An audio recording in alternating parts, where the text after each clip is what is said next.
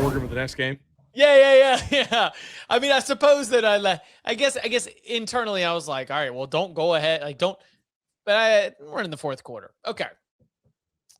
So Oregon now will advance to go take on Texas Tech in the Orange Bowl.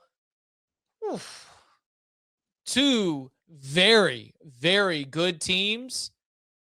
And I can't help but is it a stylistic matchup that seems odd? Is it just we don't have that much Oregon Texas Tech to be able to recall from our brains as opposed to all these other straight up rematches from this season or somewhat familiar foes?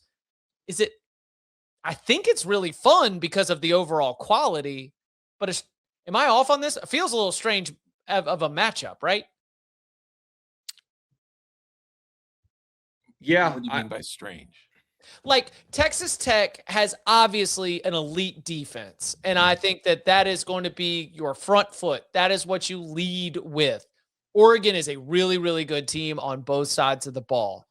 Oregon is going to go into this game with a noon Eastern time kickoff on New Year's Day, all the way across the country in Hard Rock Stadium. And that will be the setting for a massive, massive game for Dan Lanning, for a potentially like program changing game for Texas Tech. It just, a lot of it is super important in a vacuum. And yet all of the factors put together, it's a hard one for me to pinpoint exactly how I think this one's going to play out. I definitely think that Oregon will have a more difficult time moving the ball against Texas Tech than they did James Madison. Bold. I do think that more thought put into that than your well nuanced take about the college football playoff. I do like I genuinely like if you look at the numbers, Dante Moore is a lot better outside the pocket than he is in the pocket. And I do think that Texas Tech with their defensive pass rush, now I think they could force him to stay in the pocket, which could be a problem for them. I also have serious doubts, even though Texas Tech's defense is better than Oregon's defense. I don't know if Texas Tech will be able to move the ball that effectively against this Oregon defense. Because, I think they will slow Oregon up, but just Oregon is so well balanced on offense that I don't think Texas Tech can stop them in the way we've seen them stop BYU and stop other teams that are far more one-dimensional. Also, Evan Stewart might be back next week or in 10 days, which adds another element because that's a guy that's going to spread the field. How many Big 12 offenses have a Dante Moore and also none anymore? They all entered zero. Yeah, and a Decorian Moore and potentially an Evan Stewart and a Kenyon Sadiq and like Johnson too, who had that crazy one-handed grab right at the beginning of the game and also played well when Sadiq was banged up for a little bit. Or that O-line. Or the offensive line. So. Touchdown Dukes. They just let 15 score. Lakota Dupree. You can't take your eyes off him. Well, Oregon did. They did. I mean, 10-26 left, though. Yes. That just means they could score again on you, Chip. This might be a 2-touchdown game before you know it. Dante keeps throwing picks. I think Lanning loves this, though. Like his ability to light into his second and third teamers here. Like, hey, this game didn't matter, and you guys weren't ready. Like, what happens if somebody gets hurt and you got to go in a real game?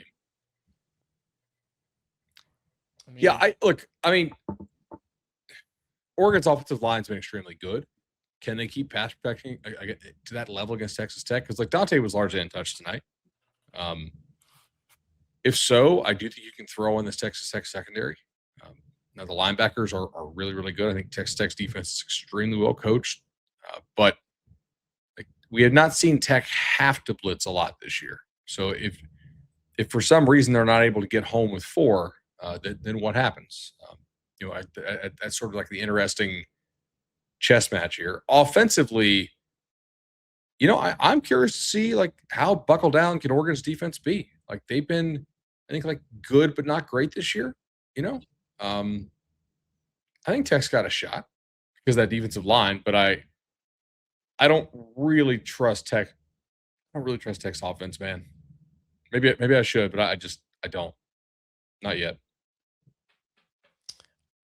I think that, I mean, we won't get official numbers till the game goes final, but it's going to be real hard to not walk down both an actual football analysis, not to mention narrative street. It's going to be hard not to love the under in this one.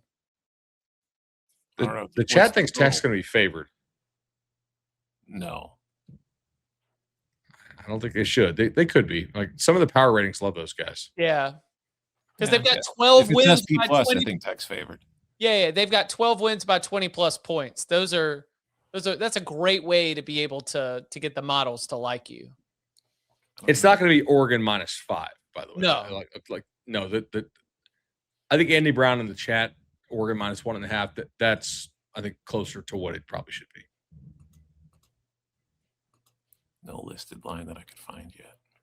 Yeah. 2.5. You guys could probably put it up though. Like, I mean, I know we're joking, guys. James Madison's not going to come back to win. At this point, nobody in this game who gets hurt is going to impact the line in any way. Correct. It's all the backups. Like I don't know who these guys are. Do you think? I do, but like they haven't played. Do you think the bookmakers are scared after what happened to Oklahoma last night? They're like, "Oh man, so many people got dunked on by old takes exposed. We better not do anything." By the way, if you tweeted something about that game being over and then deleted it, why? Everybody thought the game was over. Who cares? So you were wrong. We're wrong all the time. It's not a big deal. Tweets just don't understand it. To his credit, Dan Wolken still has like one of the worst ones ever up, and he leaves it up. Hell yeah. Wear it. Who cares? It was Florida State Auburn, the title game when they got up like 13-0. And he was like, strength of schedule and SEC speed matters, something like that. Like this is when we see like the real teams or whatever. And it was